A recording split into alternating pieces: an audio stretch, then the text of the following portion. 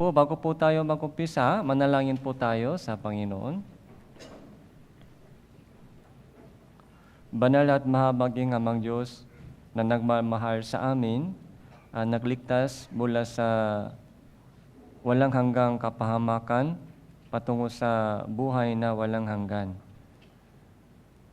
Nung lumakat po kami sa kadiliman, hindi namin alam kung ano ang layunin sa aming buhay, kung saan po kami galing, kung saan po kami patungo. Ngunit tinawagan niyo po kami sa liwanag ng Ebanghelyo at iniligtas niyo po kami sa pamamagitan ng banal na dugo ni Jesucristo. At meron na po kaming tunay na pag-asa, yung buhay na pag-asa sa langit, at lumalakad po kami sa mundong ito sa liwanag ng katotohanan sa pamamagitan ng gabay at tulong ng Banal na Espiritu. Sa umagang ito, nagtipon-tipon po kami sa inyong harapan upang makinig ng banal na salita at makaroon ng banal na fellowship sa pangalan ng Panginoon. Samahan niyo po kami sa itong gawain. Nawa lahat po ng mga yumuyuko sa inyong harapan ay makaroon ng kagalakan, kaaliwan at kalakasan sa aming puso.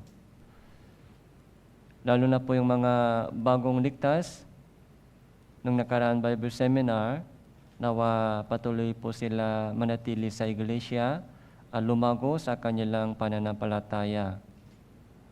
Kung meron po dito na hindi pa malinaw yung kanilang pakaunawan ng kaligtasan, maawa din po kayo sa kanila at binigyan niyo po sila ng pagkakataon na makinig muli ng salita ng Ebanghelyo.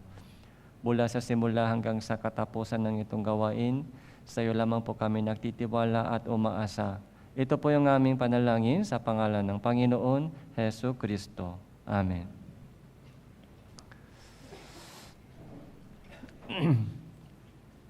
So ngayon po ay tuloy po tayo. Ito po yung last session po ng ating Bible Seminar, kaya session 6 po ito. Kaya mag-review po tayo ng Ebanghelyo, tapos yung pinakamahalagang topic po natin ngayon ay ano ang Christian living. Bilang isang taong ligtas, ano ang dapat nating gawin? Ito po yung mahalagang topic po sa ating pamumuhayang Kristiyano. So, una sa lahat, ito po gusto kong ipakita sa inyo. Ito po yung isang batang story sa Korea. Pero madali po ito maintindihan kahit walang subtitle po dito. So, paano din po natin?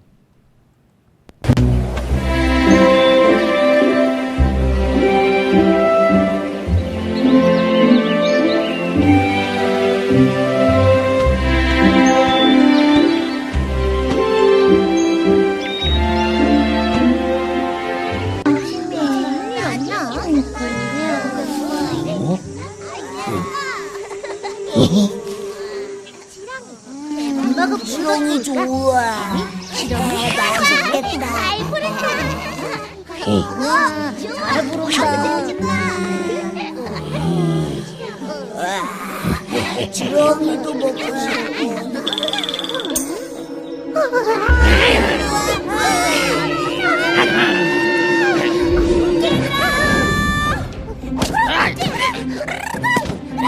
우리 애기 덩어뜨리면 혼날 줄 알아. 가만 안 둘 거야.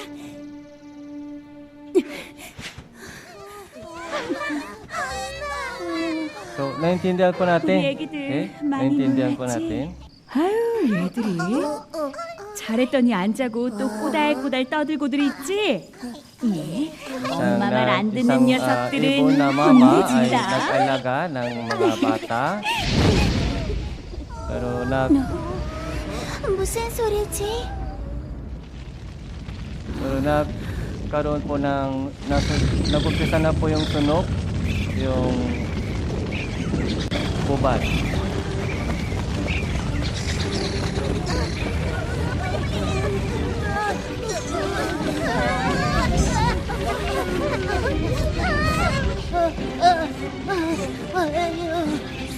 저보다 못 뛰겠어요, 엄마. Sabi niya, hindi ko kayang takbo, Mama. 조금만 더 가면 돼. 얼른 뛰어라. Konti pa tayo takbo, malapit sa labas.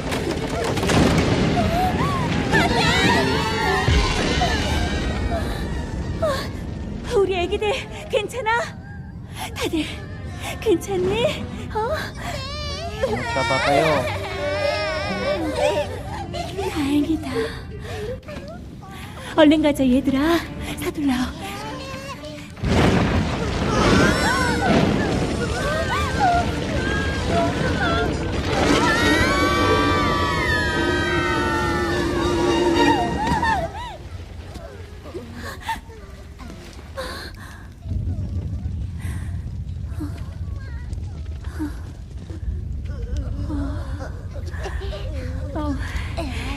우리 애기들 어서 이리 오렴. 엄마.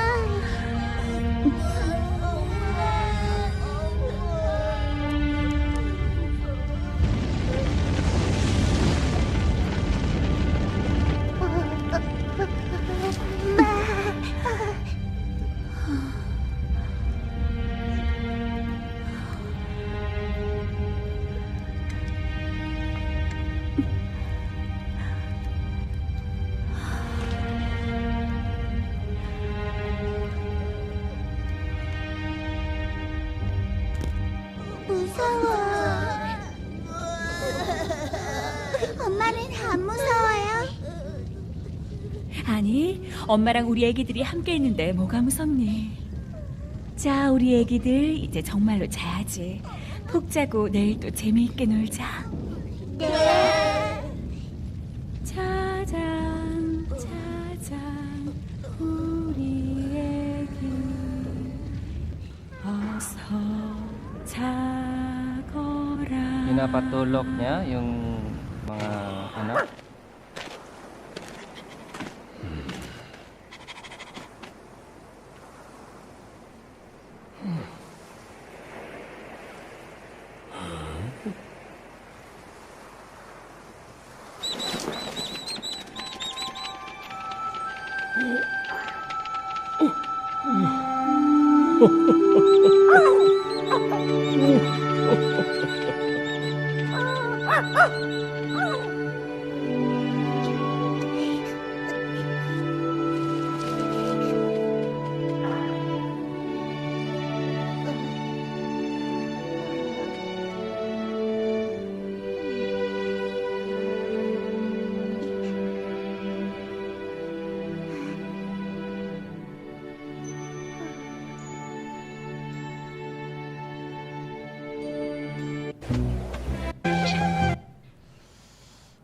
Ito po ay yung mga sisiw po ay naligtas na. Ito po yung salvation. So para maunawan po natin yung ibig sabihin ng salvation.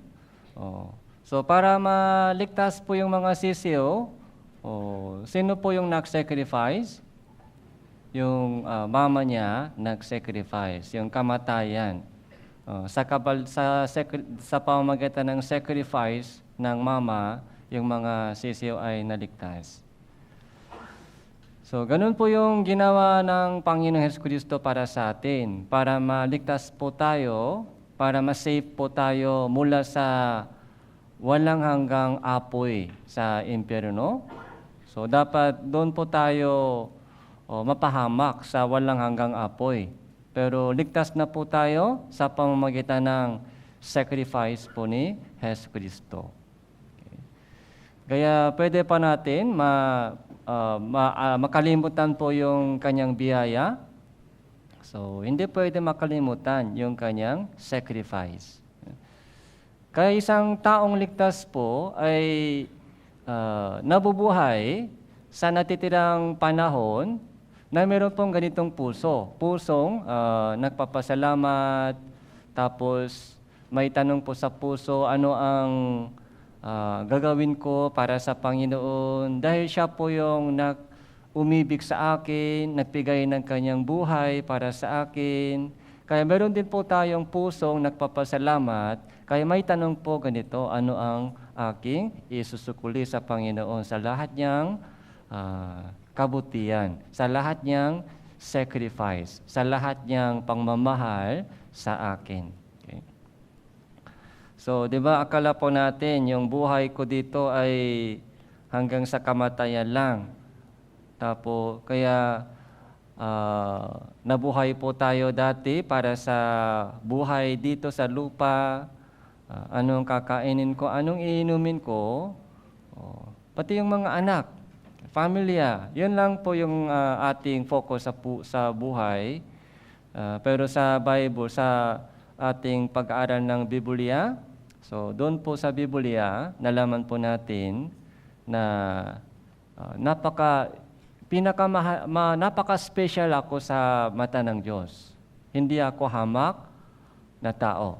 Okay? Kahit hinahamag ako minsan ng ibang tao, tinatabi ako ng ibang tao, kahit hindi ako marunong, hindi ako mayaman, hindi ako matalino, hindi ako mayaman, kaya akala ko hindi mahalaga yung buhay ko. Pero sa mata ng Diyos, sa mata ng tao, so maaari po tayo hindi mahalaga sa kanila. Pero sa Diyos, mahalaga po pa tayo sa Diyos? Yes, napaka-special po tayo sa harapan ng Diyos. Kaya, nagbigay siya ng kanyang buong buhay. Ganong kahalaga po tayo sa harapan ng Diyos. Kaya precious, okay? Parang nakatagong kayamanan tayo sa mata ng Diyos.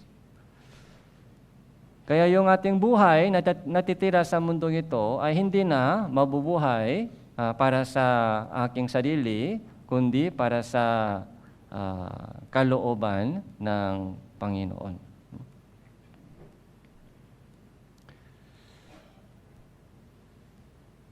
So 2 Corinthians chapter 5 verse 14 to 15. Babasahin ko po, ang pag-ibig ni Kristo ang humihimok sa amin sapagkat kami ay lubos na naniniwala na ang isa ay namatay para sa lahat, kaya't ang lahat ay namatay. Siya ay namatay para sa lahat upang ang nabubuhay ay huwag na mabuhay pa para sa kanilang sarili, kundi para sa Kanya na alang-alang sa kanila ay namatay at muling nabuhay. Okay. So, hindi na para sa ating sarili, yung ating natitirang buhay,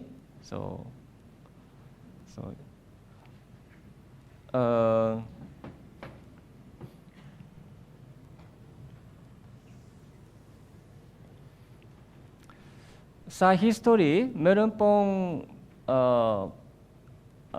history, bago dumating si Jesus, yun po yung tinatawag na BC, before Christ. So, yung panahon na pagkatapos dumating si Jesus ay tinatawag na AD. So, kaya sa pamamagitan ng pagpunta ng Panginoon, kamatayan po ni Jesus, Panginoon Jesucristo, yung history ay hinahati sa dalawa. So, ganun din po tayo, yung buhay po natin, so, halimbawa, nung Friday po ay, anong petsa po nung Friday? January 30 ba? February 1? February 1. Okay. Ngayon, February 3? Ngayon? 1. Last Friday. January 30. Yung tama, yung January 30, last Friday, so mga ilang po dito ay naligtas last January 30. Ito po yung araw ng kaligtasan. Yung born again day. Spiritual birthday. Okay? January 30, 2026. Yung spiritual birthday. Okay? Kung naunawan po ninyo, kung meron po dito na nakaunawa ng tunay na kahulugan ng kaligtasan, nagkaroon ng katiyakan ng kaligtasan, ito na po yung spiritual birthday mo. Huwag po ninyo makalimutan po ito. So, pangalawang birthday, okay? Yung araw ng kaligtasan. Okay? Kaya bagong silang baby, nag-umpisa na po bilang isang baby Christian. So, kaya yung before, yung buhay po natin before, okay, bago maligtas, so para sa sarili, nabuhay po tayo para sa sarili, okay, o para sa pamilya. Para sa akin, para sa aking pamilya, para sa mga anak. Okay. Dahil, bakit po ganun na lang po yung buhay po natin dati? Dahil hindi pa po natin alam yung kalooban ng Diyos. Hindi pa masyado na kilala ang Diyos, tapos hindi po natin nalaman kung ano ang kalooban ng Diyos. So yun po yung reason bakit. Kaya sa pamamagitan ng ating pag-aaral ng salita ng Biblia, so doon po natin nalaman na yung buhay ko dito sa lupa, so hindi lamang para sa yung buhay dito sa lupa. Ipinanganak ako sa mundong ito, hindi para sa buhay dito sa lupa. Dahil ang Diyos ay buhay, siya po yung lumikha ng tao para sa kanyang maluwalhating kalooban. May kalooban ng Diyos. Will of God. Okay? So, pansinin po natin, will of God. Okay? God's will. So, ito po yung pinakamahalaga. God's will. Okay? So, John chapter 1 verse 1, sa simula ay ang salita, at ang salita ay kasama ng Diyos, at ang salita ay Diyos. Okay. Ulitin ko po, sa simula ay ang salita, yung salita po doon ay will of God. Doong pasimula, meron na po yung maluwalhating kalooban ng Diyos. May plano ng Diyos sa una.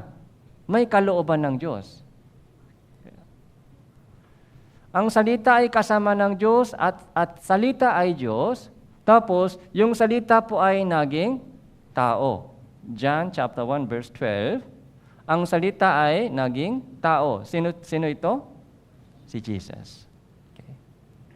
Salita, yung will of God, ay naging tao. So, ibig sabihin, isinugo ng Diyos si Jesus Kristo para sa kanyang kalooban. Okay. Ano po yung kalooban ng Diyos? Okay. So, yun po yung pinag-usapan po natin last Bible seminar. So, ito ang kalooban ng aking Ama. Na ang bawat nakakakita sa anak kay Jesus at sa kanya ay sumampalataya ay makaroon po ng buhay na walang hanggan. Okay. At muli ko siyang bubuhayin sa huling araw. Yung buhay na walang hanggan. Okay? So, ito po, eternal life.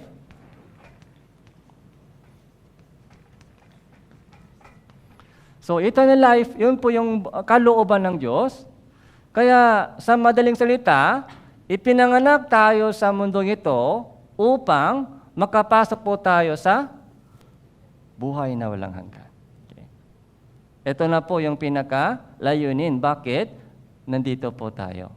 Ipinanganak tayo sa mundong ito upang makapasok, upang maging handa po tayo na makapasok sa buhay na walang hanggan. Ito, sa kaharian ng Diyos, yun po yung salvation, yun po yung born again. Yung born again, ano po yung ma-born again? Katawan o spirito? Spirito po ay dapat ma-born again. So, ibig sabihin, yung plano ng Diyos, kalooban ng Diyos sa atin, hindi doon sa katawan. Yung katawan po ay temporary gamit. Pansamantalang gamit natin dito. Habang buhay pa sa mundo, temporary lang po ito yung gamit. May expire date. Expire date. 78 years. Okay. Kaya spirito, salvation, yung buhay na walang hanggan, ito po ay kalooban ng Diyos. Kaya, so buti nga po, so dumating na po yung araw na ito sa atin. Ito po yung, doon po naliwanagan po tayo. Ganun pala yung kalooban ng Diyos. Akala ko, hindi ako mahalaga. hindi mahalaga yung buhay ko. Okay? Hindi ko naunawaan kung gaano kahalaga yung buhay ko sa harapan ng Diyos. Akala ko hanggang sa kamatayan lang yung buhay ko. Akala ko pag namatay na, wala na ako. Tapos na yung buhay ko. Yun po, nadaya po tayo ni Satanas dati. Lahat po ng mga tao ay nadaya ni Satanas. Sinasabi ni Satanas sa atin, pag namatay ka na, tapos na yan sa buhay mo. Kaya mag-enjoy ka lang sa habang buhay pa dito, mag-enjoy ka lang, yun ang pinaka-best. Okay? Kumain ng mabuti. So, yung magpasaya ka ng sarili. Okay? Yung pag-aaral mo para sa magandang buhay dito. Yung trabaho mo, hanap buhay para sa magandang buhay mo dito. Mag-enjoy ka lang dyan sa lupa. Tapos hanggang mamatay, pag namatay ka na, tapos na. Sabi ni Satanas sa atin dati, huwag kang makialam. Saan? Dito. Sinasabi ni Satanas sa maraming tao, huwag kang makialam sa kalooban ng Diyos. Huwag kang makialam sa Bible. Mag-focus ka lang dito sa lupa. Okay? Very successful yung trabaho ni Satanas. Bakit po? Maraming tao po ay nakatuon sila dito sa lupa. Okay? Trabaho, hanap buhay, ano ang kakainin bukas. Very successful yung trabaho ni Satanas. Kaya maraming tao po ay nadadaya at lumalakad po sila, okay, patungo sa kapahamakan. Okay. Lalo na po ngayon. So, smartphone, cellphone, yung YouTube, Facebook. Yung isip po ng mga kabataan ay nakadikit po doon. Nakadikit doon. Okay. Pagkagising sa umaga, cellphone, hanggang matulog, cellphone, minsan yung cellphone hulog sa ulo. Okay. Kaya yung mukha ay tama. Tinatama ng cellphone. Kahit antok, tumitingin pa rin cellphone. Pagkagising sa umaga, anong hinahanap agad? Cellphone. Okay? Bible po ba, hinahanap natin agad? Hindi. Cellphone. Hanggang matulog, cellphone, lagi nasa kamay. Okay? Mga game. Kaya nasa church, minsan nakita ko yung mga kabataan, o mga cellphone pa rin, naka-game. Kaya sabi ko, bawal cellphone sa church. Okay? Kaya yung mga kapatiran po dito, so swerte po kayo, swerte. Okay? Swerte po kayo. Okay? Pumasok na kayo sa makipon na pintuhan. Makipon na pintuhan. At dumadaan na po kayo, masikip na daan. Kahit konti lang, okay lang po. So, yung daming tao, hindi po yung mahalaga. Kahit konti lang, minsan ako lang dumadaan sa itong daan, pero bakit tuloy-tuloy po ito? So, dahil alam ko na ito ay tama. Okay. Ito ay totoo. Kaya tuloy-tuloy ako. Ito ay patungo sa buhay na walang hanggan. Kaya bago po naligtas po tayo, yung ating pananaw sa buhay, hanggang dito lang, tama po, hanggang dito lang. Okay? Hanggang dito lang po, lahat ng ating plano, lahat ng ating ginagawa, yung pag-aaral mo, trabaho mo, lahat ng ating ginagawa o iniisip mo, yung ating plano, dati bago maligtas po kayo, may plano po ba tayo para sa kabilang buhay? Wala. Yung plano po natin dati ay hanggang sa sementeryo lang sementeryo. Yun po yung abot ng isip ng maraming tao. Kaya pag nagtanong po ako sa mga nanay, tatay, handa na po ba kayo mamatay? Sabi po nila, Pastor, handa na ako. Handa na ako mamatay. Nakabili ako ng lote sa sementeryo. Oh. Yung isip po ng tao ay ang abot hanggang sa kamatayan lang, sementeryo lang. body para sa body. Pero yung isip po natin dati ay hindi po nakaabo sa dito. Okay. Samantalang ito po yung pinakamahalaga. Pero nung naligtas po tayo, naliwanagan po tayo, nakikilala natin ang Diyos. So, John chapter 17 verse 3, sabi po doon, John chapter 17 verse 3, ito ang buhay na walang hanggan, na ikaw ay makikilala nila na isang Diyos na tunay as si Hesus Kristo na inyong sinugo. Sabi po ni Jesus, ito ang buhay na walang hanggan. Ano po yung buhay na walang hanggan? So, na makilala natin, yung pagkakilala natin sa tunay na Diyos, yung pagkakilala natin sa tunay na Diyos. At kay Hesus Kristo. Kaya lahat po ng mga kapatiran po dito na ligtas, so kilala na po natin ang tunay na Diyos. Iisang Diyos na tunay. Siya po yung lumikha ng mundong ito, tapos namumuno po siya sa buong history ng mundong ito. So ito po yung inihanda ng Diyos para sa atin, naghintay po siya. Ito po yung hinihintay ng Diyos. Okay? At kilala po natin si Hesus Kristo na sinugo ng Panginoon. Yung pagkakilala po, ito po yung buhay na walang hanggan. So ngayon, after salvation, yung ating buhay ay hindi lamang para dito. Yung ating buhay ay para sa kalooban ng Diyos. Ito na. Okay.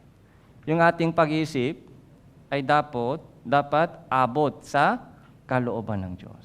Ano ang kalooban ng Diyos? Okay. First, una sa lahat, my salvation. Ligtas na ako. Salamat. Okay.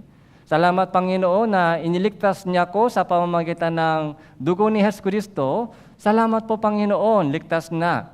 So ano pa? Ano pa yung next? Ano pa yung kasunod na kalooban ng Diyos sa buhay ko natitira? Kung ligtas na tayo? Yung kaligtasan ng mga mahal ko sa buhay. Magulang ko hindi pa safe. Paano sila? Yung minamahal ko sa buhay, yung magulang ko hindi pa ligtas sila. Okay? So nagdusa po sila, yung buhay nila, alam natin kung gaano kahirap po yung buhay nila, yung magulang natin. So nahirapan po sila sa buhay nila, pagod sila sa kanilang buhay. So sacrifice, pero hindi pa save. Pwede ba ikaw lang sa langit? Saka yung mga magulang mo ay sa impyerno? Hindi pwede. Kaya yung next, yung panibagong layunin sa buhay, paano maligtas po yung mga mahal ko sa buhay? Yung magulang, yung mga anak, yung mga kapatid, yung mga mahal na kaibigan. Yun po yung dapat panibagong goal sa buhay, panibagong layunin sa buhay. Okay. Hindi po yan special. Dahil ito po ay kalooban ng Diyos. Kaya isang bagong ligtas na Kristiyano, iba na po yung buhay nila. Okay? Iba na po yung buhay nila. Panibagong buhay ay umpisa na. Panibagong layunin sa buhay, panibagong prayer. Dati po yung prayer po nila, ganito po yung prayer po nila dati. Pag tinatanong ko po sila, ano ang prayer ninyo? Ano ang ipanapanalangin ninyo sa Diyos? Most of them, sana malakas yung katawan ko, sana okay yung buhay ng mga anak ko dito, maayos yung kanilang pag-aaral, maayos yung kanilang trabaho, yung asawa ko. Puro ganun lang. Yung prayer dito, para dito lang. Pero ngayon, ano po yung prayer po natin? Ano po yung prayer po ng mga Kristiyano? Okay. Sana malakas yung kanilang katawan? Hindi po. Sana maligtas sila. Kahit mabali yung kanilang paa, kahit mabali yung kanilang kamay, sana maligtas sila. Okay. So, So, naalala ko po, isang brother, okay? So, noong na-aksidente po siya, so, for two weeks, hindi po siya nakalakad dahil nabali yung paa. Okay? Kaya for 2 weeks, hindi po siya nakalakad. Kaya walang ibang magagawa, nakaupo lang. Yun po yung magandang chance na evangelize siya ng kanyang asawa, sister. So, hindi niya na-miss po yung chance po ito. Kaya nagkaroon ng DVD Bible Seminar, nanood siya ng DVD Bible Seminar, tapos ligtas na po siya. Kung hindi siya naka-aksidente, maligtas po ba siya? Hindi. Dati, di ba, sobrang busy sa daming business, sa kayong basketball daw, busy. Kaya walang oras para nakaupo, makinig. Pero nung na-aksidente po siya, so walang ibang option, nakaupo lang, kaya doon po nanood ng Bible Seminar, ligtas. After salvation, saan po siya nagpasalamat? Aksidente. Salamat siya, nag-aksidente. Okay. Anong klaseng salamat po ito? Dati, nagpasalamat po ba tayo sa aksidente? Hindi po. Yung dati pong prayer po natin, sana walang aksidente. Sana okay lang. Pero bakit po yung brother na ito ay nagpasalamat po siya sa aksidente? So, malaking gastos, hirap. Kung hindi po siya naka-aksidente, hindi siya ligtas. Mawala yung kanyang spirito. Katawan lang, maayos. Pero yung kanyang spirito po ay mawala. Mapapahamak. Ganun po yung ating prayer, mga brothers and sisters. Yung prayer po ng isang taong ligtas ay ibang klaseng prayer. So, siyempre po, nagpa-pray pa rin po tayo para sa kalusugan ng mga mahal po natin sa buhay. So, kasama din po sa ating prayer. Pero hindi po yan main prayer po natin. Hindi po yan pinakaunang prayer po natin. Sana maging okay yung anak ko, malakas yung kanilang katawan, kasama na rin po sa ating prayer, pero yung pinakaunang prayer po ay sana yung maligtas sila. Sana makasama sila sa langit. Okay. Pangalawa, okay, sana lumago sila sa kanilang pananampalataya. Okay. Kaya,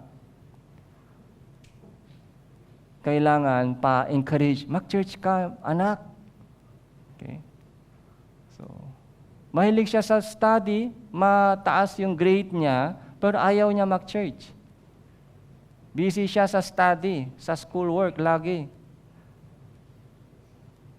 Yung mga anak, pag nakita po natin ganong mga anak, ay magandang grade sa school, okay? Lagi mga high honor, tapos okay, maraming medal sa school, pero ayaw mag-church. Okay. Dahil busy daw siya sa mga gawain sa school. Kung ganun po, yung mga sister dito, nanay, masaya po ba kayo? Hindi masaya, malungkot. Dapat umiyak ka. Dati masaya ka dahil high honor siya. Matalino siya, maraming medal. Dati doon masaya, pero ngayon hindi na masaya.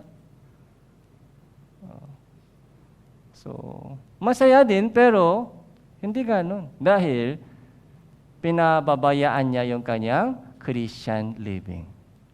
Ito ay mas mahalaga, Christian living. Kahit maraming medal sa school, pero sa langit walang medal. Kahit maraming award sa school, pero sa langit walang award sa langit. So, hindi po. Kaya before, yung buhay po natin before, dati, saka yung Christian living ay iba po.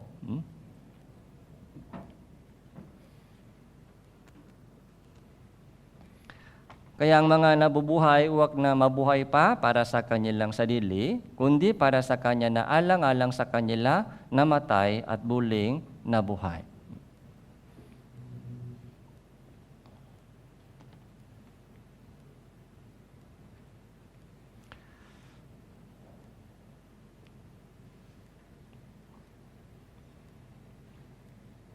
So, ito po ay para may idea po tayo sa ating Christian living. Meron po tayong 3 stage of salvation. So, ito po yung dating kalagayan natin patungo sa impyerno, pero iniligtas po tayo sa pamamagitan ng dugo ni Jesucristo. Kaya, bilang isang anak ng Diyos, so nag-umpisa na po yung pangalawang buhay, panibagong buhay. Ito po ay patungo sa heaven. Okay. Dati, patungo saan po tayo dati? Impyerno. Pero ngayon, saan po tayo patungo? Sa langit. Iba na po yung pagtutunguhan. Okay. Spiritual birth, ito po ay pinag-usapan po natin last Bible seminar. So, basahin po natin ito ng sabay-sabay. 3, 2, 1.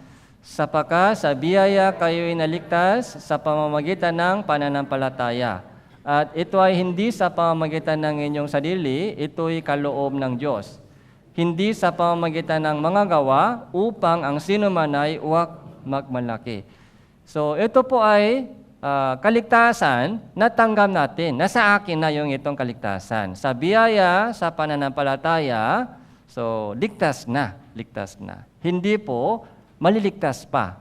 Okay. Ligtas na. Nasa akin na itong salvation. Anak ako ng Diyos. Okay. Tapansinin po ninyo, na ligtas. Okay. Ligtas na. Okay.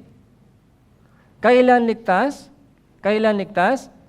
So, ito po yung biyaya, ito po yung ginawa ni Jesus. Ito po yung ginawa po ni Jesus 2,000 years ago.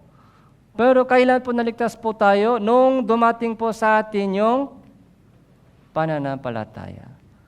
So, kaya yung mga invited, yung mga baguhan po dito, so last Friday, habang nakinig po kayo ng Ebanghelyo patungkol kay Jesucristo, kapag naliwanagan ka, naunawan mo, dumating na sa inyo yung pananampalataya, pwede po natin sabihin, ligtas ka na o hindi? Ligtas ka na? Yes, pwede na, ligtas ka na. Ligtas na ako, ligtas na. Kahit marami pang kulang, tapos sa darating na panahon, maaari matiso sa mga pagsubok sa buhay, pero kahit matitisod ako sa mga tukso ng salibutan sa darating na panahon, yung salvation ko, mawawala po o hindi? So, mawawala o hindi? Hindi mawawala. Dahil yung salvation po ito ay hindi galing sa aking sariling gawa. Hindi galing sa aking sariling gawa, kundi ito ay kalooban ng Diyos, regalo ng Diyos. Free, libre. Okay? Kaya hindi po mawawala yung kaligtasan kahit anong mangyari sa future. Ito po yung grace. Okay? Kasi maraming churches po ay nagtuturo po sila, kahit ligtas ka na, pero ingat ka, baka mawala yung kaligtasan mo. Kung nagkagawa ng kasalanan, ulit, mawala yung kaligtasan mo, impyerno ka ulit. Maling teaching, maling pagtuturo nila. Hindi pa nila save. Hindi pa nila naintindihan yung biyaya. Akala po nila yung salvation ay galing sa trabaho.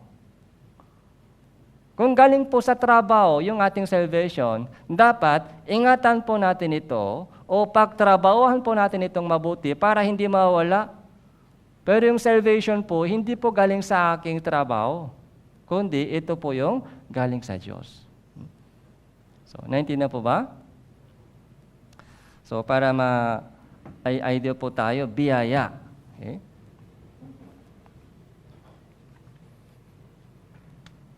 Kasi lagi akong nag-iisip, ano ang magandang illustration para maipaliwanag yung kahulugan ng biyaya. Okay?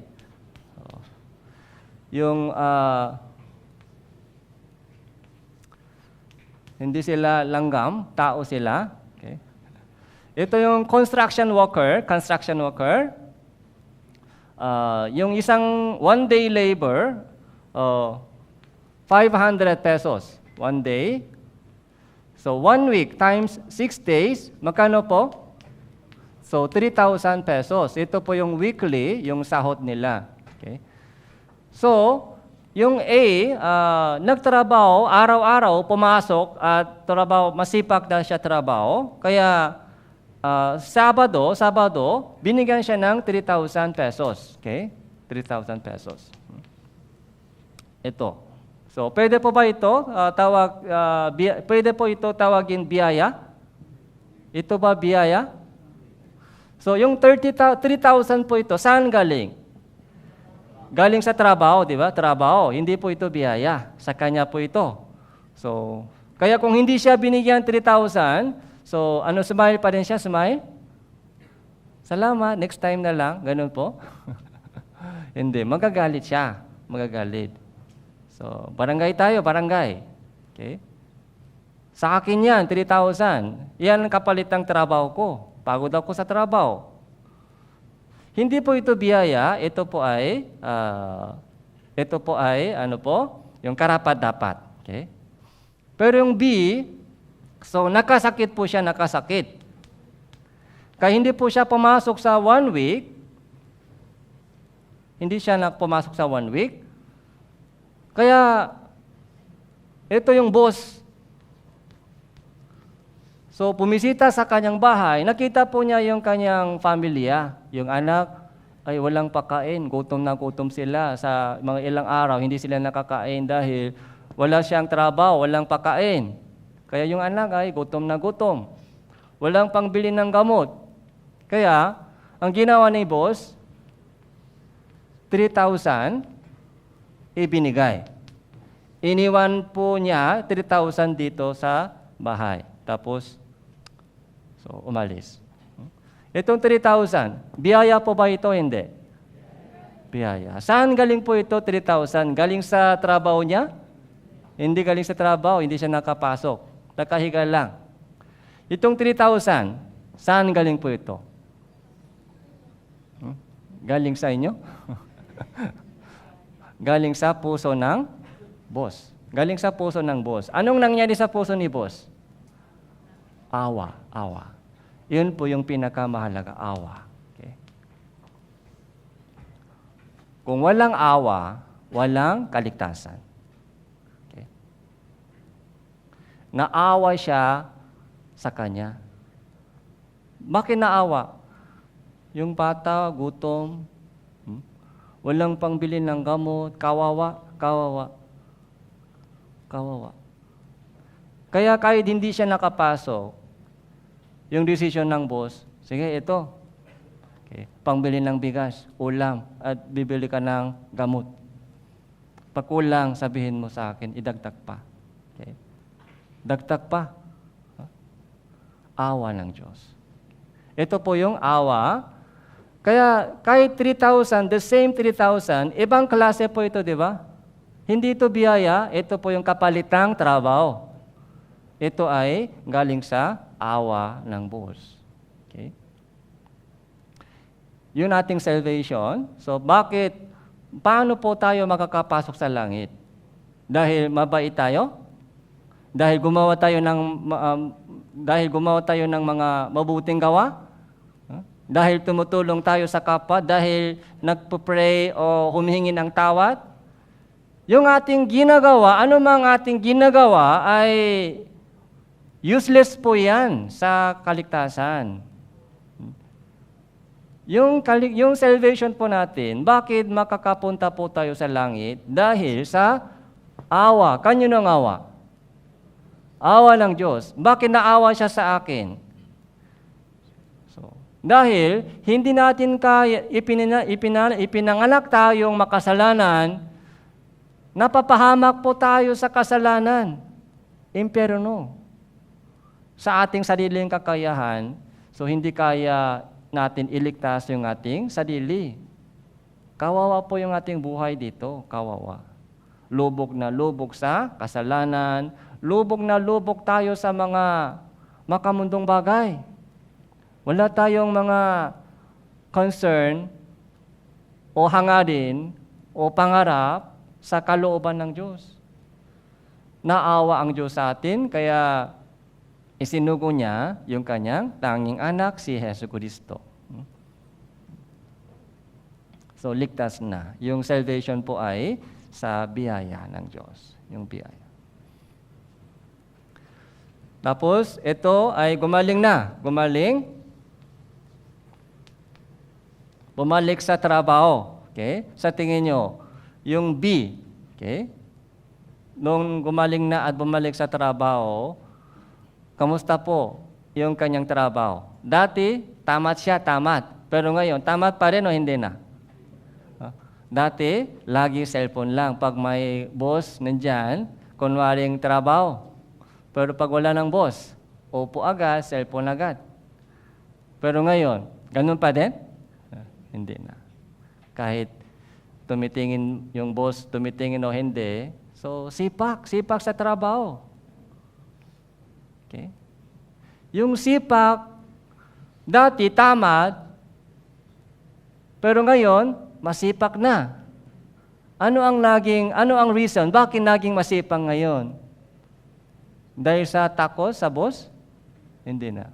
Kundi dahil sa itong biyaya, dahil sa pag-ibig, awa ng boss. Okay? Tinulungan niya ako nung nakasakit, kaya ako din po ay, so kahit papaano, susukulian ko siya. May utang na loob. Okay? Maganda po yung salita, utang na loob. May utang na loob. Hindi utang sa pera. Ito ba yung utang niya? Ito yung dapat bayaran? Hindi to. Ito po yung tulong. Hindi po ito utang. Kaya wala po yung utang sa pera, pero saan may utang? Sa puso. May utang sa puso. May utang na loob. Kaya, inisip po natin, Panginoon, ano ang gagawin ko para sa iyo? Malaking pag-ibig, tinanggap ko galing sa inyo. Grabe yung sacrifice po ng Panginoon Hesus Kristo. Kaligtas na. Kung meron na po tayong utang na loob, ito po ay pinaka-engine ng ating Christian living. Utang na loob. Pusong nagpapasalamat. Tapos, kung may utang na loob po tayo, ito po ay hinahanap natin. Panginoon, ano ang gusto mo? Yun ang gagawin ko. Ano ang ayaw mo? Yan hindi ko gagawin. Dati, enjoy sa alak. Okay? Enjoy sa alak dati, mga bisyo. Pero pagligtas na, bago uminom ng alak, tanungin si God, Panginoon, pwede inumin pa? Anong sinasabi ng Panginoon? Hindi pwede bilang isang Kristiyano. Para ma-evangelize po yung mga pamilya mo. Pag nakita po nila na nagiinom pa ka ng alak, paano sila maligtas?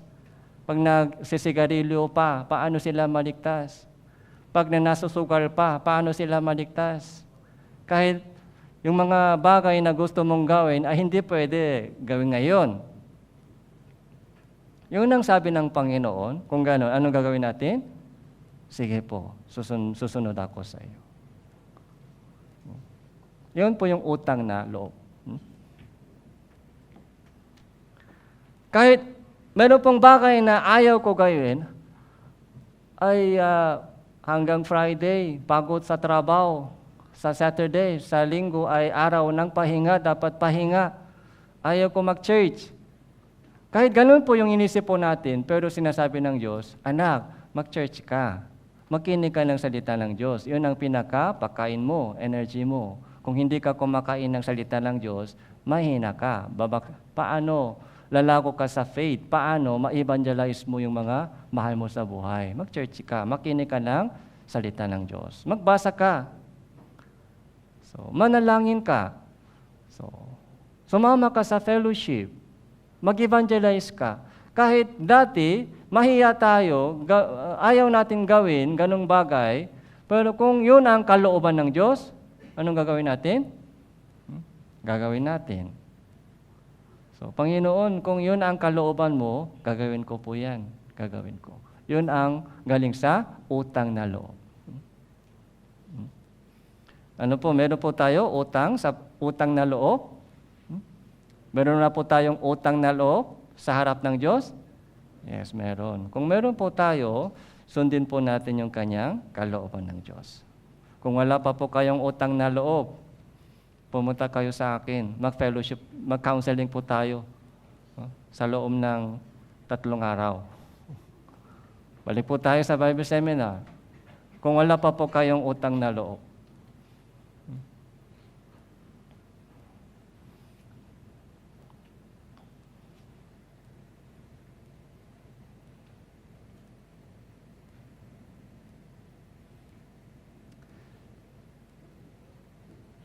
So, pagkatapos ng kaligtasan, mula nung naligtas po tayo hanggang dumating sa langit, so, yung buhay dito, natitirang buhay po natin, ito po yung pangalawang proseso, pangalawang stage. Ito po yung growing. Lumalago po tayo. Lumalago. Yung salvation, tapos na. Tapos na po ba yung salvation? Ligtas na po ba tayo? Kung ligtas na po tayo, nasa pangalawang stage na tayo. Sa itong pangalawang stage, ano yung dapat mangyari? Dapat lumago. Growing po ang dapat lumago. Growing. Okay? Halimbawa, isang bagong ligtas na Christian, bagong silang baby. So, bagong silang baby. So, kahit after 5 years, hindi lumalago, gumagapang pa rin. Yung 5 years old na mga bata, gumagapang pa rin. Masaya po ba ang magulang? Masaya pa rin? Hindi na. Pag 5 years old na, dapat lakat, takpo. Pero pag gumagapang pa, masaya ba yung magulang? Hindi. Ay, anong problema ito? Bakit gumagapang pa? Bakit hindi pa nagsasalita? By the age, habang tumatanda po siya, dapat grow. Yun mangyari. So, maganda yung testimony. Ligtas na ako, mga 5 years ago, 10 years ago, minsan nakikita ko, gumagapang pa. Gumagapang pa, kaya anong problema ito? Bakit? Pag 5 years na, 10 years na, kailangan lumakad, kailangan magsalita, kailangan takbo. Pero bakit gumagapang pa? Kailangan, mahalaga po yung growing. Yung spiritual growing po, yung physical na growing ay sa paglipas ng panahon, automatic mangyari. Yung physical na growing, sa paglipas ng panahon, after 1 year, 2 year, 3 years, automatic mangyari. Pero yung spiritual na growing, hindi po ito automatic mangyayari. Kahit matagal na ligtas, pero kung hindi maayos yung supply galing sa Diyos, gumagapang pa. Pero kahit hindi po masyadong matagal na ligtas, pero kapag kumakain ng mabuti yung words of God, ano po yung pakain po natin? Words of God. Kumain ng maayos, yung words of God daily. Tapos, yung exercise, yung kumikilos para sa Panginoon, fellowship, mga evangelist, yung mga sacrifice, sumasama sa mga ministry, naglilingko sa mga kapatiran, nag-evangelize, lumuluha siya para sa mga mahal niya sa buhay. Kung ganun po, ang bilis growing. Kahit 1 year na, kahit 1 year ka na ligtas, pero parang mature ka na. Dahil nagsisacrifice, dahil maayos kumakain. Tapos maayos na mga exercise. Tapos nagsisilbi para sa gawain ng Diyos. Sacrifice. Alam niyo po ba? Yung growing po sa ating faith, yung growing po sa ating pananampalataya ay hindi po automatic mangyayari. Okay? Sabi po ni Jesus sa mga alagad, meron akong sariling pagkain, sabi ni Jesus, na hindi ninyo alam. Kaya nagtaka po yung mga alagad, anong pagkain? Sinong nagbigay sa kanyang pagkain? Sabi ni Jesus, ang pagkain ko ay sumunod. Yung tuparin ang kalooban ng Diyos. Sabi ni Jesus, yung pagkain ko ay tuparin ang kalooban ng nagsugo sa akin. Anong klaseng pagkain po ito? Habang sumusunod po tayo sa salita ng Diyos, habang sumusunod po tayo sa kalooban ng Diyos, tumutupat sa kalooban ng Diyos, siyempre mahirap. Okay? Dati pong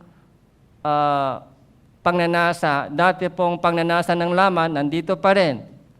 Yung kalooban ng Diyos, yung panibagong kalooban ng Diyos ay nakikipaglaban araw-araw.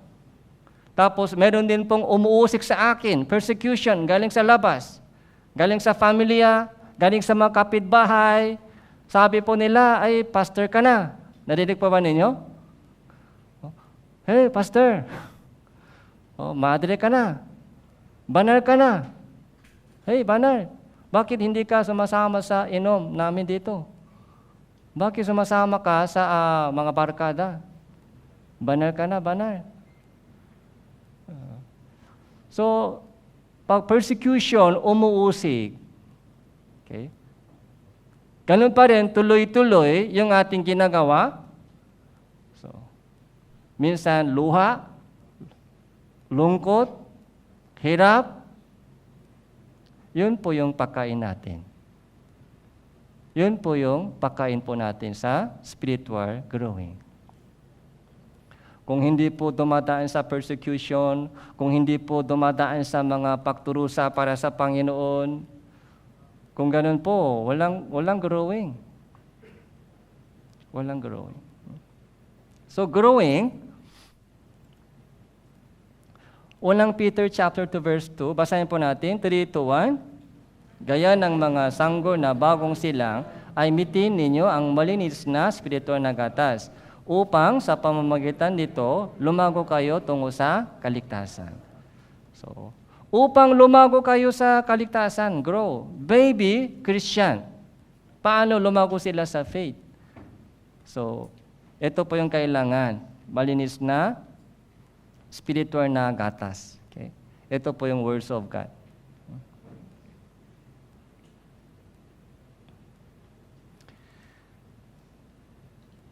Pagkatapos ng growing, hanggang kailan po yung growing po natin? Hanggang sa second coming of Jesus. Okay? Kahit paano po yung ating growing pag dumating na si Jesus. So, yun lang mga tapos. Okay? Tapos yun ay tuloy-tuloy. Ayon sa ating ginagawa, ayon sa ating mga paglago sa faith, bibigyan po kayo ng gantimpala o yung kaluwalhatian at karangalan sa langit. Okay. Sa langit, makakaroon po ng recognition ceremony. Ito po ay rapture. Mangyari po ito sa rapture. Philippians chapter 3 verse 20-21, sapagkat ang ating pagkamamamayan ay nasa langit, mula daw hinihintay naman natin ang tagapagligtas ng Panginoong Hesukristo, na siyang magbabago ng ating hamak na katawan upang maging katawan ng kanyang, katulad ng katawan ng kanyang kaluwalhatian. Okay? So, magbabago siya ng ating hamang na katawan. Hindi po ganito tayo sa langit. Ito po yung sabi dito, hamak na katawan. Hamak. Okay? Hamak na katawan. Pero sa loob lang itong hamak na katawan, anong meron tayo? Okay? Maluwalhating spirito. Okay. Yung binhi, di ba yung maliit lang yung binhi, buto. Pero sa loob ng binhi, anong lumalabas? Magandang bulaklak lumalabas. Okay. Yung isang gumagapan na uod ay caterpillar, ay nagiging magandang butterfly. Ito po yung magandang illustration. Yung magandang bulaklak galing sa isang maliit na buto. Yung katawan po natin ay parang buto. Yung espiritu po sa loob, ay yun po yung kaluwalhatian. Ako ay malapit na dumating at dala ko ang aking kantimpala upang kantihan ang bawat isa ayon sa kanyang ginagawa. So ito po yung pangatlong stage. Okay?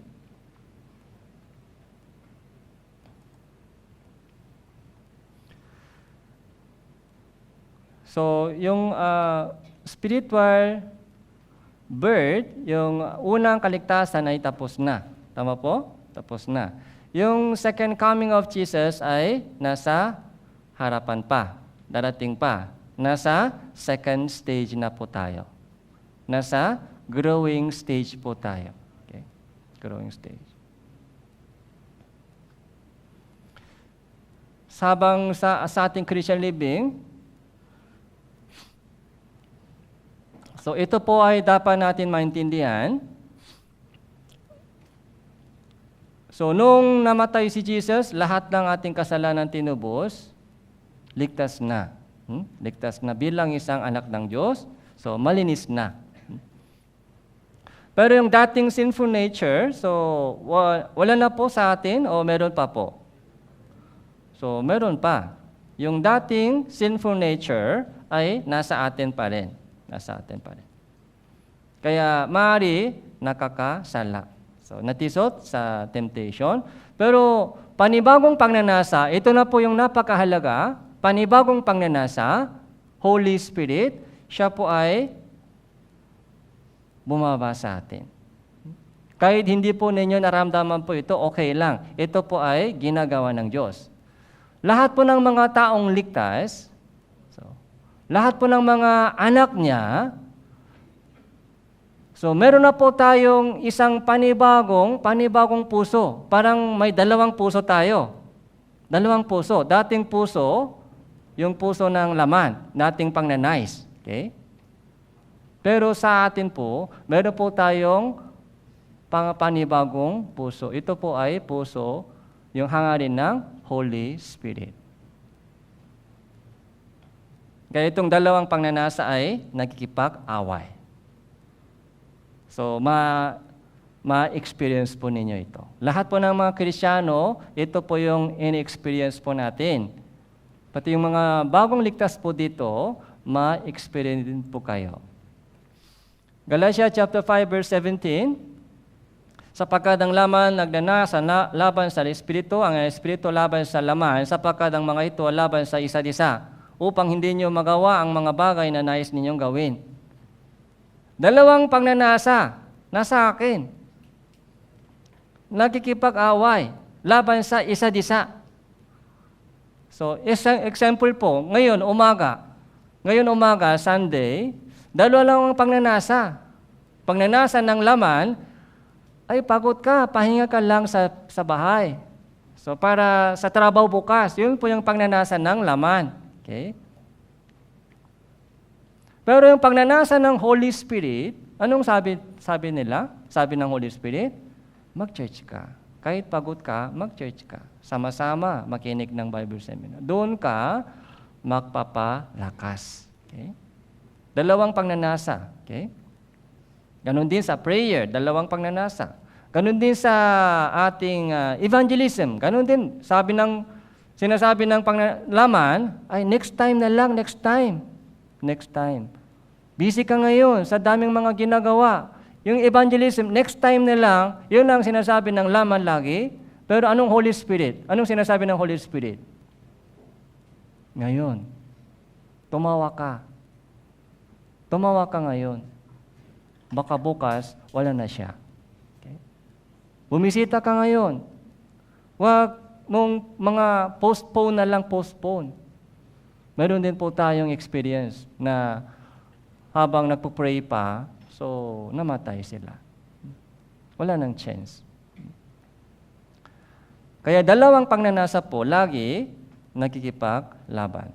So parang ganito po, dati, itong ibon, so dalawang pagnanasa, dalawang power ay nag-ano sa kanya. So, ano ito? Bakit baksak siya? Bakit? Anong meron dito sa baba? Anong nangyari po dito? Anong humihila sa baba? Gravity. Okay? Gravity.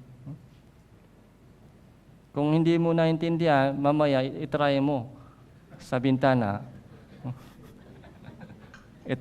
Hindi ko naramdaman yung gravity. Sige, itry ko gravity. Dito sa second, third floor, itry mo.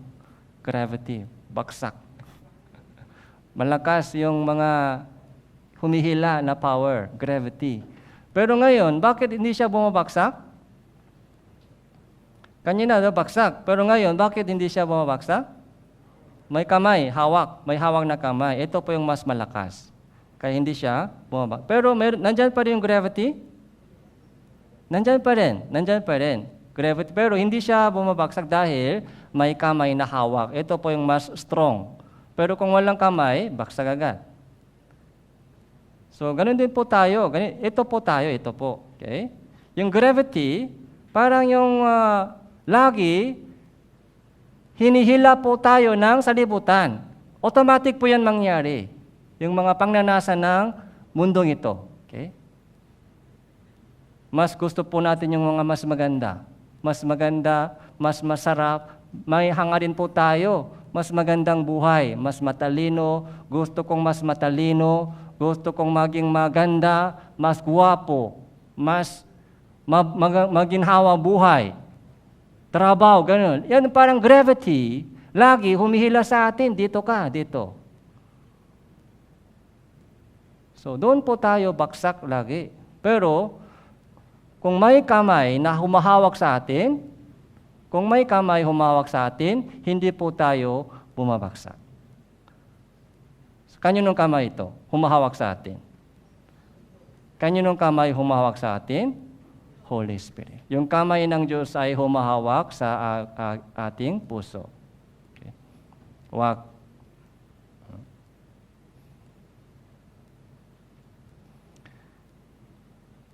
Itong ibon, pag tinamaan siya, baksak agad, di ba? Baksak. Ganun din po, nasa pagitan tayo ng dalawang power. Power of Holy Spirit, yun po yung kamay ng Diyos na humahawak sa ating lagi. Okay? Para hindi tayo bumaksak, para hindi tayo manghina. Kaya pag naramdaman po ninyo na baksak ako sa Christian living, ano ang dapat natin check-in?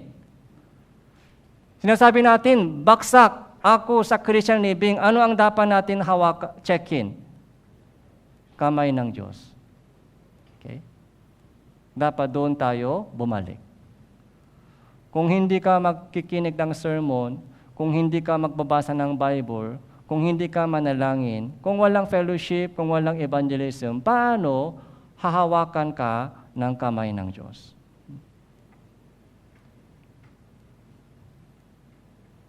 So, ito po yung dalawa, lagi nasa atin, dalawang pagnanasa. Okay? Nasa ating choice. Kung kaninong tinig ay susunod. Yung tinig ng laman o tinig ng Holy Spirit. Meron, di ba, sa daming mga anak, may masunurin na anak, may pasaway na anak. Tama po? Oh, pasaway na anak. Yung pasaway na anak pa rin o hindi na? Oh, hindi na anak sila? Anak pa rin. Pero anong ginagawa ng magulang sa mga pasaway na anak? Yun, palo. Takot sa palo. Hebreo chapter 12 verse 6 to 8, dinisiplina ng Panginoon ang kanyang minamahal, pinarusahan ng bawat itinuturing na anak. Sino daw dinidisiplina ng anak? Sino daw dinidisiplina ng Panginoon? Yung kanyang minamahal. Kung hindi tayo minamahal, walang disiplina ng Diyos. Walang palo kung walang pag-ibig. Kung walang disiplina, ano sabi? Verse 8. Kung kayo hindi dinidisiplina na siyang nararasan ng lahat, kung gayon kayo ay mga anak sa labas. Hindi tunay na anak. Anak ng kapitbahay. Anak ng kapitbahay, pwede ba sila paluhin? So, makukulungan ka. Pero yung anak ng sariling anak, pwede paluhin? Paluhin. Di, para sa kanila ito. Kaya yung mga bata, takot sila sa palo. Okay. Kahit pinapalo po yung anak, pero anak pa rin o hindi na? Anak pa rin.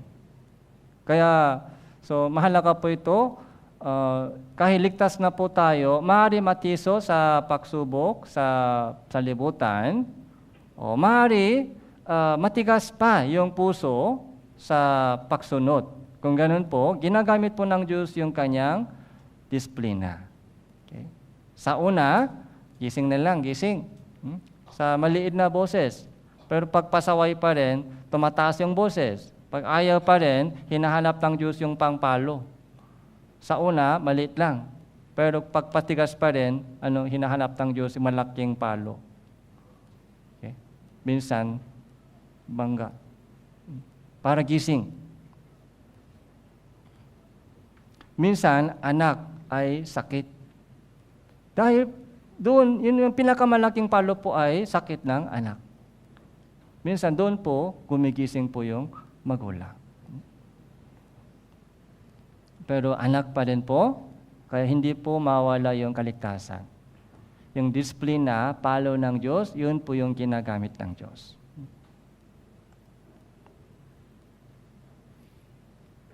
Kaya yung pasaway na anak, saan siya pupunta? Sa langit o sa impyerno? Yung pasaway na anak, saan siya pupunta? Sa langit o sa impyerno? So, walang sagot. Yung pasaway na anak, saan siya pupunta? Sa langit o sa impyerno? Hindi siya anak? Kung pasaway na, hindi na anak? Kung anak, saan pupunta? Sa langit. Grabe yung magulang. Pagpasaway, impyerno? Ganun ba yung ginagawa ng magulang? Pagpasaway na, impyerno ka. Kung ganun, pasaway tayo o hindi? Bilang anak sa harap ng Diyos, pasaway tayo minsan o hindi? Pasaway. Kung pasaway tayo, impyerno tayo? Ganun ba yung pag-ibig ng Diyos? Hindi po. Kaya wag po kayo malito po dito. Kahit pasaway minsan tayo, pero anak pa rin. Kung gano'n, saan pupunta? Sa langit. Pero anong meron? Palo ng Diyos. Hindi impyerno. Yung palo, pinapalo ng Diyos yung mga pasaway na anak para maging matuwid. Para maging matuwid po yung kanyang buhay at para makaroon po tayo ng maraming gantimpala sa langit. Okay? Yung pasaway na anak, sa impyerno pupunta? Hindi, sa langit pa rin. Pero meron palo ng Diyos. Kaya pagpalit po ng Panginoon Kristo, dadalhin po tayo sa langit. Pero yung sinful nature ay sasama po ba sa langit? Hindi na sasama. Habang dito lang po sa buhay, sa laman, sinful nature. Sa langit, wala nang gravity. Okay. Sa langit po, wala nang gravity. Okay. Habang dito pa tayo sa lupang ito, ay may humihila na power. Pababa. Okay.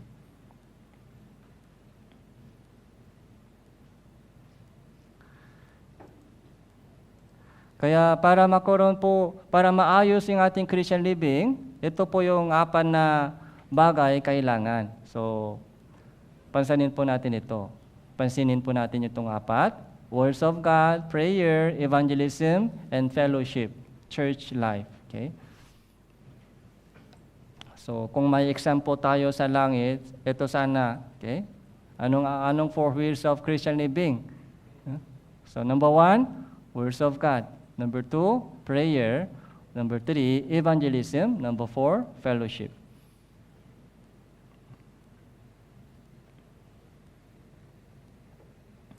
Yung words of God ay yung kanina, nakita po natin, malinis na spirito na gatas. So, di ba pag yung baby, anong hinanap ng baby? Automatic. Gatas. Hindi po yung sigarilyo hinahanap. Gatas. Minsan, ayaw kumain. Tama po? Kaya binibigyan sila ng pagkain, ayaw kumain. Kung ayaw kumain, anong mangyari? Sakit. Sakit.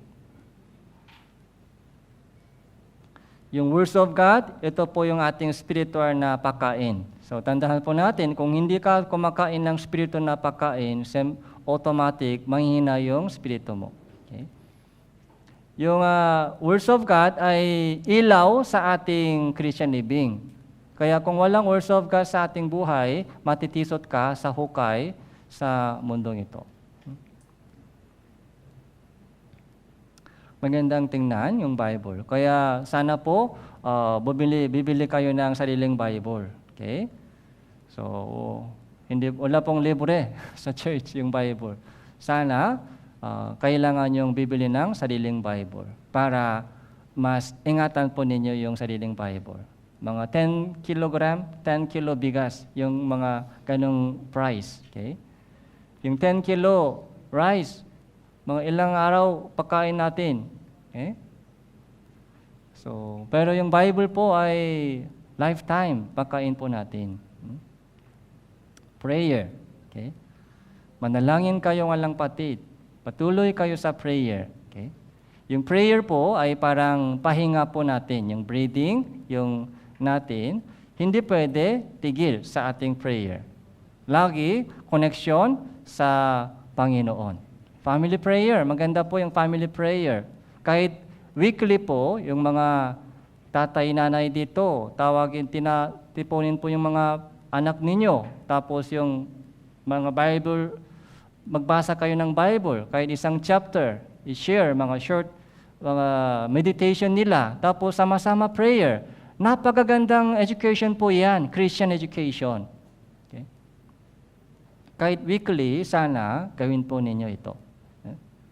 Yung prayer po ng mga nanay, tatay, kahit hindi sila sumasama sa mga pagluluto, sa mga trabaho, mabigat, pero prayer po ay malaking trabaho po ito, malaking bagay po ito. Okay? Isama din po ako sa inyong prayer. Okay? Kasama ba ako sa prayer po ninyo? Parang hindi. Kaya mas pagod po ngayon. Naramdaman ko yung pagod. Parang hindi ako kasama sa inyong prayer. Puro mga anak lang o mga trabaho lang. Pakisama rin po ako sa inyong prayer. Okay?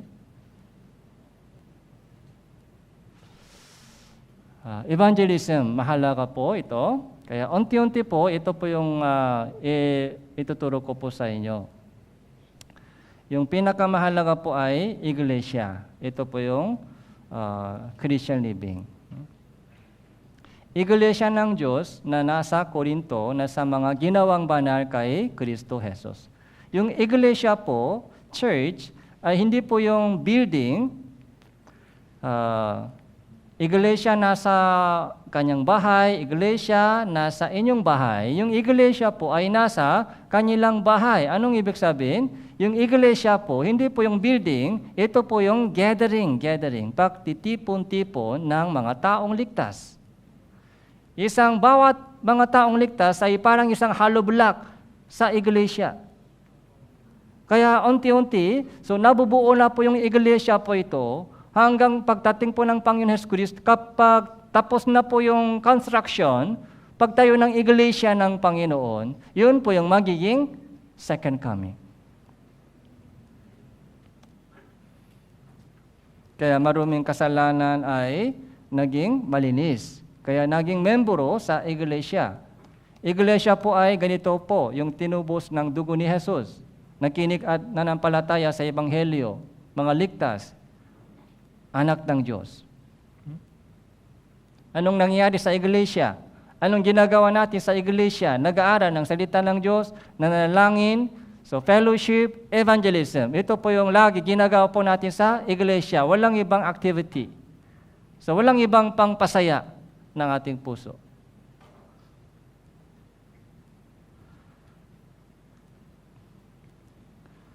So, Juan chapter 15, verse 4 to 5, kayo malilinis na sa pamamagitan ng salita ng aking sinabi sa inyo, kayo ay manatili sa akin, ako ay sa inyo, Gaya ng sanga na hindi makbubunga buhat sa kanyang sarili maliban nakakabit sa puno, ganun din naman kayo, maliban kayo ay manatili sa akin. Sabi ni Jesus, manatili kayo sa akin. Abide in me. Okay? Iglesia po ay body of Christ. Kapag nanatili po tayo sa iglesia, yun po yung abide sa Panginoon. Ako ang puno ng ubas, kayo nga mga sanga. Ang nanatili sa akin, ako ay sa kanya, siya ay magbubunga ng marami sapagkat kung kayo hiwalay sa akin, wala kayong magagawa. Okay. So, kahit minsan nag-aaway po tayo, wag po kayo umalis sa church. Okay? Nasa proseso po tayo. So, marami pang mga kulang, bawat isa sa atin. Kaya, sana manatili po kayo sa iglesia. Okay? So, marami pa pong mga gusto kong sabihin, pero hanggang dito lang po yung session ngayon. Ipakita ko po sa inyo isang video clip. Ito po yung patungkol po sa Mongolia Deaf Ministry. So maraming mga deaf bulak sa Mongolia.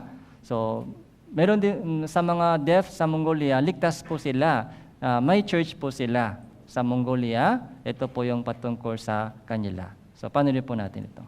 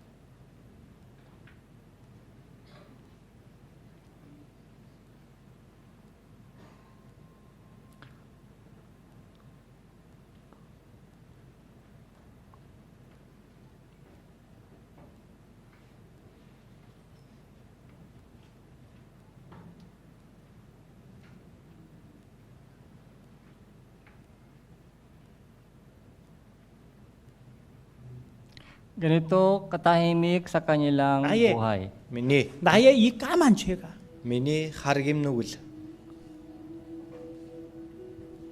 예수님 피로 Есүсийн цусаар 깨끗하게 되었느니라. цэвэр болсон.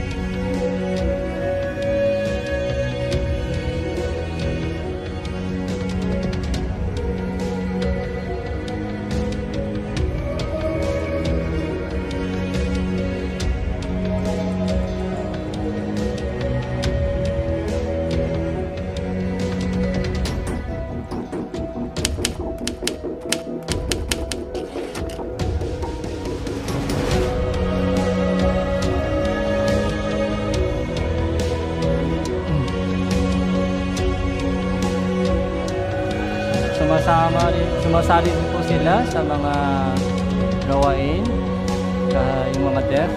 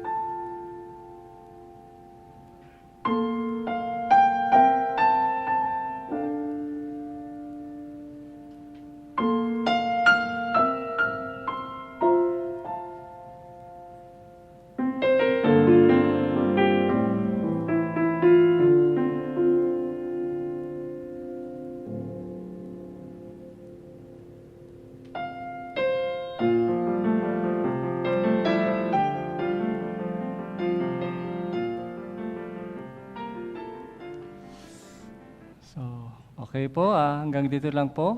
Ito yung palakpak sa sign language. Sign language po ito, yung palakpak. Okay. So, pakisama po sila sa inyong prayer. So, manalangin po tayo. Salamat po, Panginoon, sa inyong dakilang biyaya at pagmamahal at pagpanubay po sa amin. Lahat po ng mga naligtas sa nakaraan Bible Seminar ay nawa makaugat po sila sa iglesia at lumago sila sa kanilang pananampalataya. Pati po lahat po ng mga kapatiran po dito ay bigyan niyo rin po kami ng panibagong resolusyon sa aming buhay na mabubuhay po kami hindi na para sa aming sarili kundi para sa inyong maluwalhating kalooban. Lahat ng mga pagsubok, lahat ng mga kahirapan at pagturusan na dumarating sa aming buhay ay ipinagtitiwalaan po namin sa inyong mahabagin at makapangyarihan kamay. Ito po yung aming panalangin sa pangalan ng Panginoon Hesus Kristo. Amen.